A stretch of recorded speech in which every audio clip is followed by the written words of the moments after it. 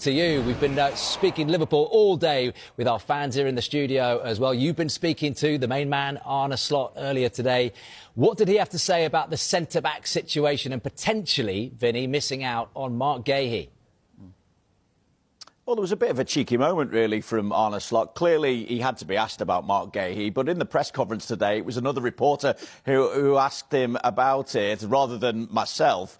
And Arne Slot quipped back that maybe I'd learnt my lesson by not asking him, because you know that he's not going to say anything about transfers. The actual truth of the matter is that I'd done an interview with Arne Slot prior to his press conference, and I'd asked about Marc Guehi in that interview with him as well. That's something you'll be able to see tomorrow on Sky Sports News in the Premier League show as well, ahead of the game against Arsenal. But as I say, we were right to ask about Marc Guehi because of the situation that Liverpool have found themselves in. They had that £35 million bid accepted by Crystal Palace in the summer on deadline day, of course. Ultimately, that deal didn't go through, and now there's the interest from Manchester City. So there is the prospect on Liverpool missing out on a target, and at times this season they've had to operate with just two fit, experienced centre-halves in Ibrahima Konate and Virgil van Dijk because of the injuries to Joe Gomez, Giovanni Leone as well, who they've got high hopes for, but obviously on his debut against Southampton, he went down with that ACL injury. So obviously it would make sense for them to add to their centre-half options in Marc Guehi, but that interest, of course, from Manchester City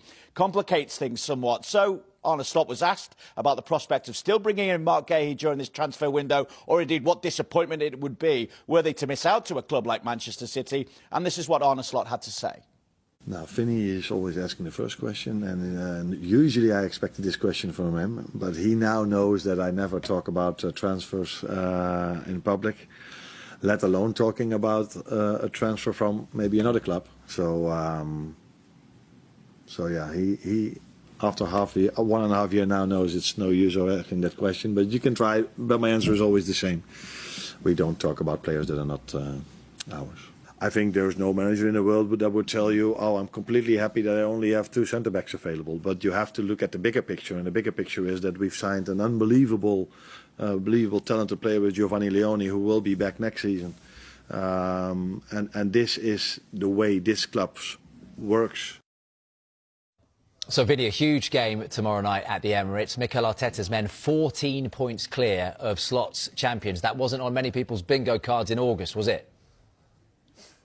No, it wasn't. I think there's a good deal of frustration at Liverpool as well, because they've come up with big performances at times this season. Go back to Inter Milan in the Champions League. Go back to earlier in the season and third game into the season, just before the first international break. And, of course, Liverpool ran out winners against Arsenal as well. That stunning Dominic Szoboszlai strike that gave Liverpool all 3 points. And that was the third game in to a 7-game winning streak in all competitions. But, of course, then came the defeat to Crystal Palace. And that was the start of a run where they went 9 defeats in 12 games as well. Since then, they've been able to pick up somewhat. They're unbeaten in the last 8 in the Premier League, of course, but it's 4 wins and 4 draws in that time, 2 consecutive draws as well. As you say, it leaves them 14 points behind Arsenal at the moment, 8 points behind Aston Villa and Manchester City, who are 3rd and 2nd in the Premier League at the moment, respectively, as well. I think there's an acceptance at the moment that Liverpool playing a part in this title race now, or even retaining the title, is highly unlikely.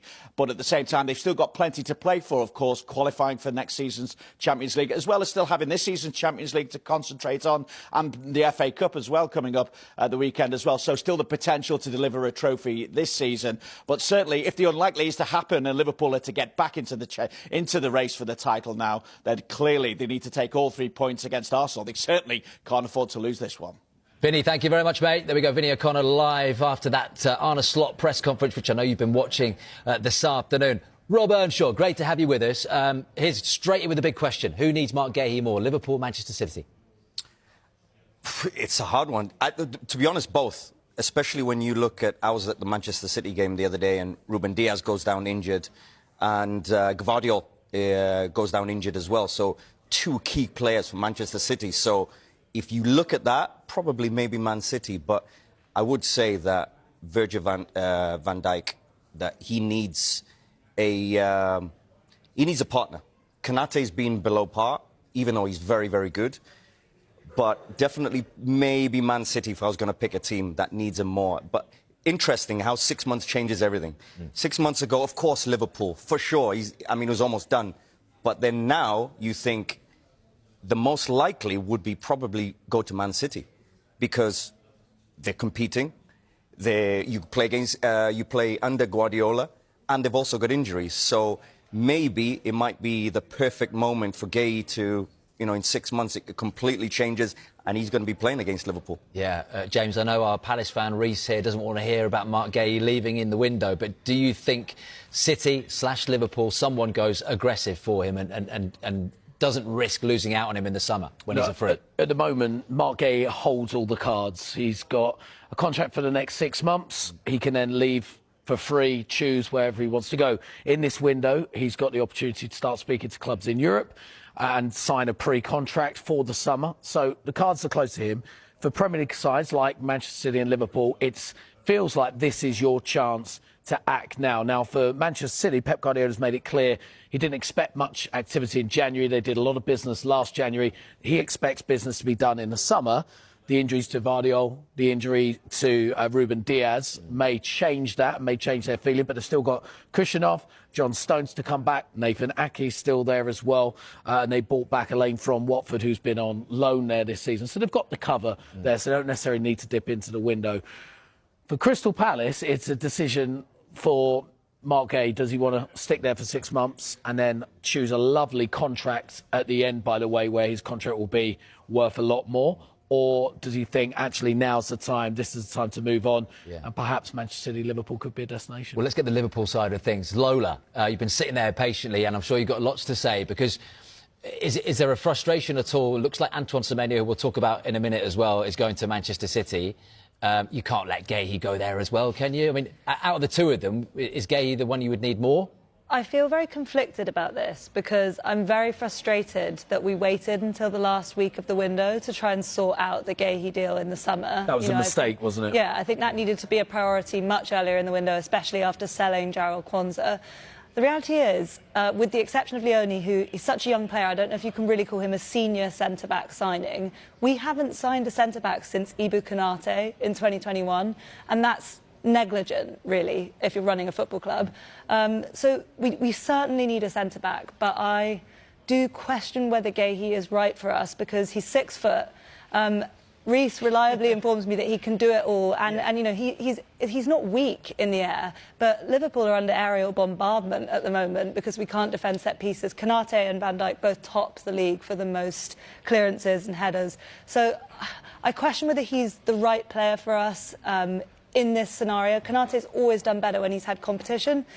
Reece will disagree with me on this again, but I actually do think of fit and firing Ibu Konate, there's not many centre-backs better, so is Guehi better? I don't know. Has he been firing, though, Konate? No, Maybe fit? No, far from it. But I just wonder whether it'd be better for us to look at the long term, where there's big question marks around Konate's contract. We've only really got another 18 months of Virgil van Dijk. I think we need 2. Is Marc Guehi then the perfect guy to come in to not only play alongside Virgil van Dijk, but to also surpass Virgil van Dijk when he moves on?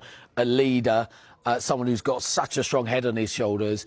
Regardless of what was going on in the summer with the move to potentially happen to Liverpool and not happening, he still dusted himself off, never complained, turned up to training, worked hard every single day. Surely that's the kind of player and defender and captain that Liverpool want. Look, there's tons to like about him, and I think where Reece and I disagree is that I think Guehi, while he would improve us right now, because as everyone has said, Konate is not playing well, I see him as a floor raiser, but not as a ceiling raiser. And whoever eventually replaces Van Dijk, you know, Van Dijk is the best to ever do it. For me, to ever do it in the Premier League at centre-back. So I can't even put them in the same conversation. So, no, I'm not sure he is the perfect guy. Ever? Forever, ever? Ever. Go on, Reece. I would just say on Marc Guehi, I think when you talk about ceiling raisers and floor raisers, I think Marc Guehi, probably his ceiling, he doesn't really have one. I feel like he could go to any team in the world and probably be their starting centre-back. And that's just his playing ability, not to talk about his leadership, like you say, his professionalism, to go through, you know, having that move sort of taken away from it at the last minute and to be in the starting lineup next week and to dust himself down and to play.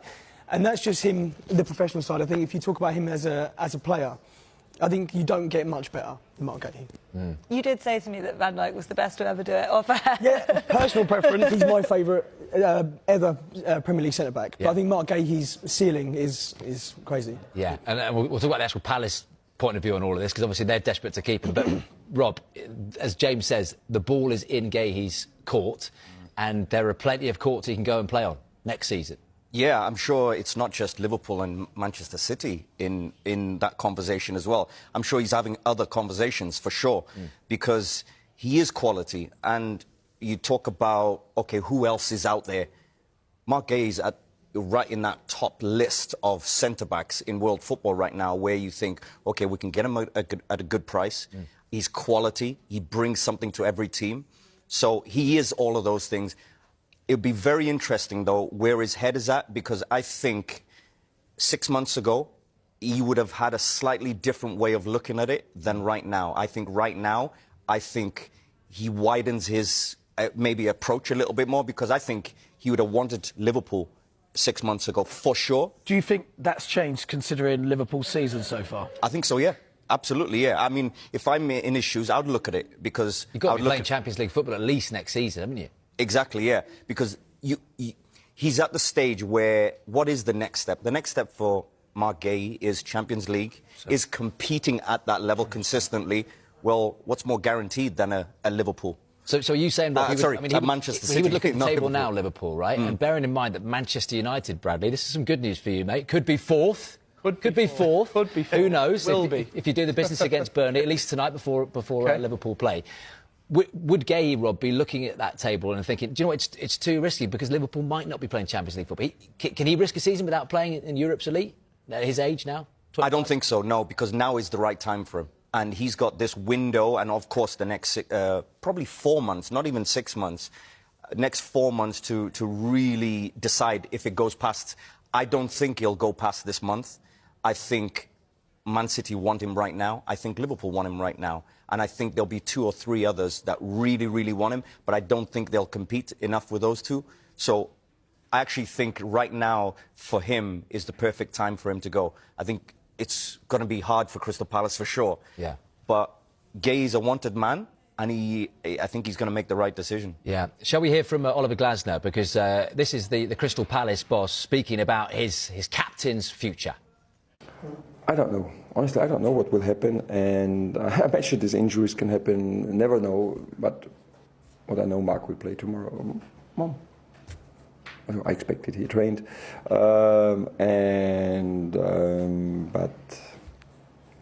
I don't know what will happen. Reece, you are desperate to keep him, as I think you speak for a lot of Crystal Palace fans because of, the money per place, and, you've got a lot of places to climb in that table now. How do you replace Marc Guehi? That's really difficult. I think for a club like Crystal Palace, you don't necessarily replace him man for man. I think our recruitment's been pretty spot on. Maxence Lacroix, what a great signing that was. Daniel Munoz on the right, and a lot of that was done by Dougie Freedman when he was a sporting director, and obviously he's moved on now. So there is a sense of worry around who is now in charge of identifying those targets. So there is a worry replacing Guehi. I think to an extent maybe you don't. You adapt and you find a different style. But I think he's not a cut and clear case where you replace him outright for us.